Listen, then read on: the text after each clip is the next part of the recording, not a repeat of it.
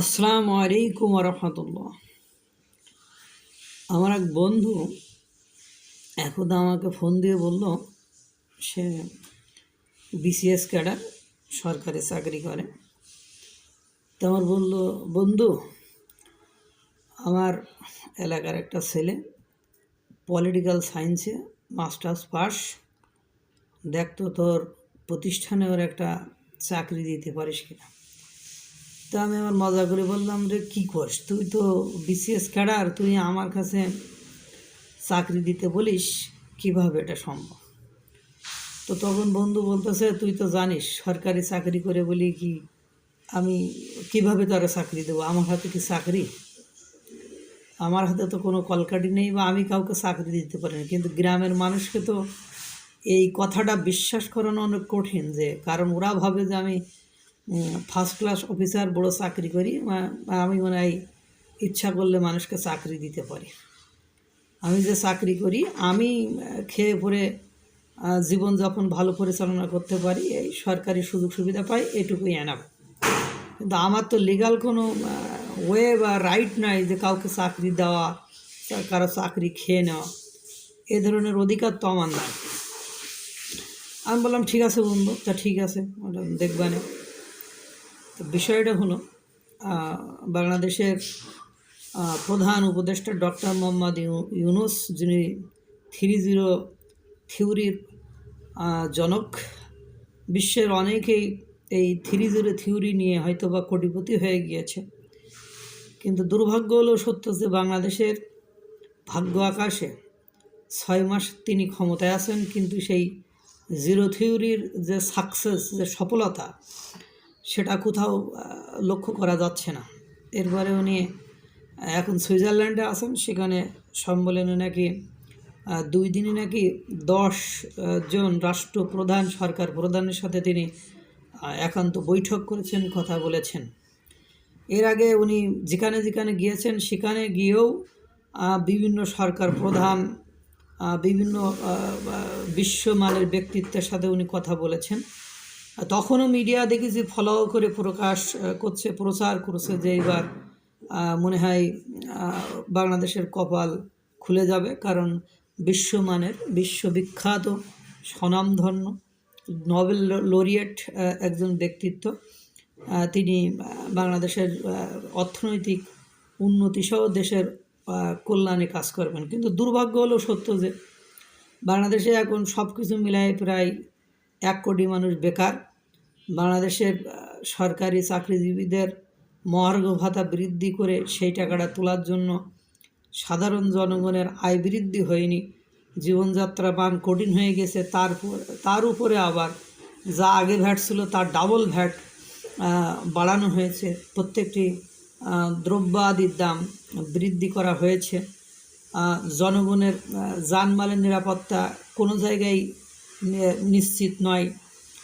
বিভিন্ন দেশ বাংলাদেশের সাথে এক্সপোর্ট ইম্পোর্টের ক্ষেত্রে অনাগ্রহতা দেখাচ্ছে, এবং দিন শেষে যেটা দেখা গিয়েছে সেটা হলো বাংলাদেশে আপনার পাকিস্তান আর চীন ছাড়া অন্য কোনো রাষ্ট্র ডক্টর মোহাম্মদ ইউনুসের ক্ষমতা আসার পরে খুব বেশি বাণিজ্য বা অন্য কোনো কারণে আগ্রহ দেখিয়েছে, এরকম নজির আমি অন্তত পক্ষে দেখি না। আপনারা দেখেছেন কিনা আমি জানি না। তা দিন শেষে গল্পটা এরকম হয়েছে, আমার জামাই বিশাল ক্ষমতাধর।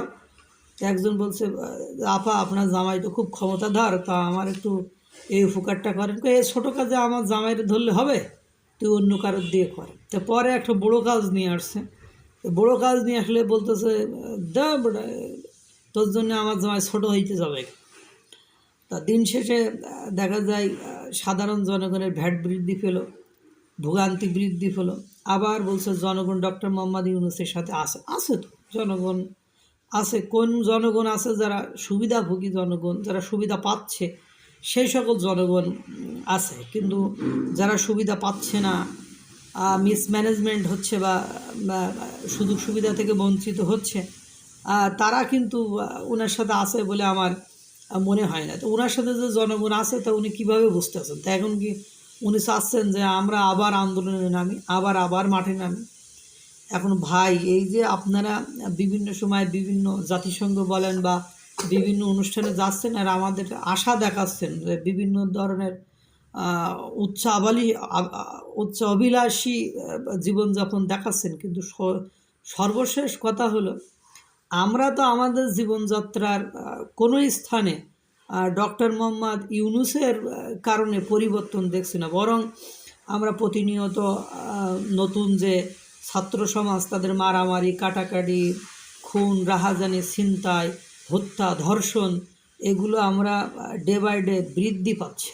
এখন ঘটনা হলো যে আপনার বলছেন যে রাজনীতিবিদরা এগুলো করছে, তাহলে এখন কথা হলো যে রাজনীতিবিদরা এগুলো যদি করে তাহলে আপনি ওখানে বসে আছেন কেন?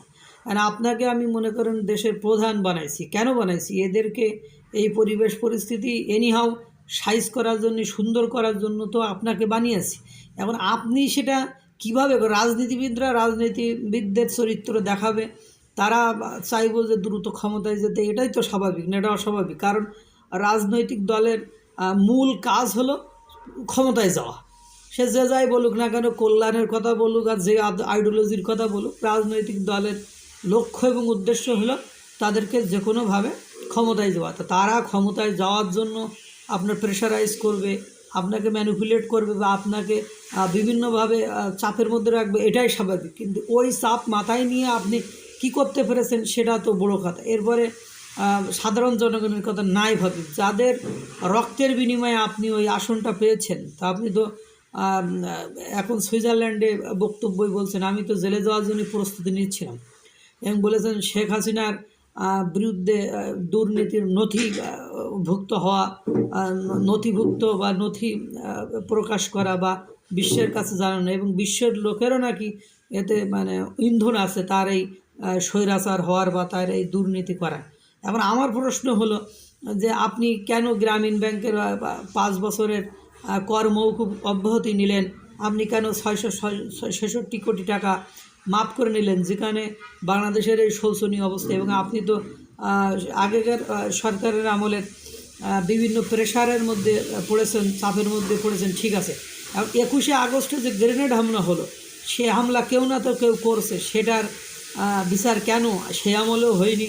শেখ হাসিনার আমলে একটা ডামি পামি যেভাবে হয়েছে সেটা এখন বর্তমানে সে খারিজ হয়ে গেছে। এবং শেখ হাসিনার আমল হোক বা তার আগে হোক এবং তার আগে হোক, মানে যে কোনো আমলে যারা দাগি আসামি ছিল তারা তো বের হয়ে গিয়েছে। তাহলে এখন ঘটনা হলো, বাংলাদেশের ইতিহাসে শেখ হাসিনার আমল থেকে বা শেখ হাসিনার আগের আমলে যেসব অপরাধ কর্মকাণ্ড সংগঠিত হয়েছে সেগুলো কেউ না তো কেউ করেছে, কিন্তু সেগুলো কেমন তদন্ত হলো, কেমন রায় হলো, কেমন বিচার হলো, কিছুই তো বুঝলাম না।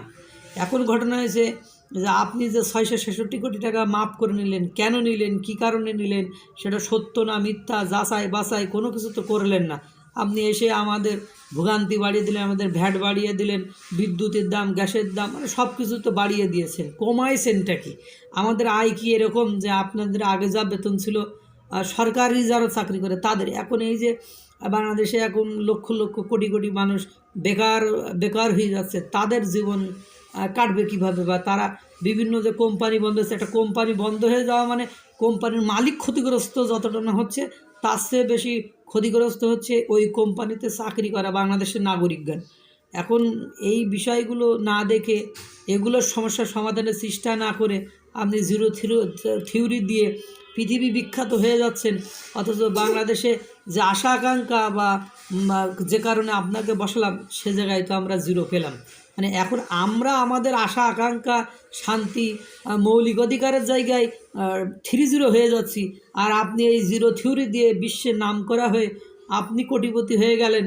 তাহলে আমরা আপনার কাছ থেকে কী পাইলাম, এটা আমার আপনার কাছে জানার খুব আগ্রহ। আল্লাহ তাআলা সকলকে ভালো রাখুক, সুস্থ রাখুক। আসসালামু আলাইকুম ওয়া রাহমাতুল্লাহ।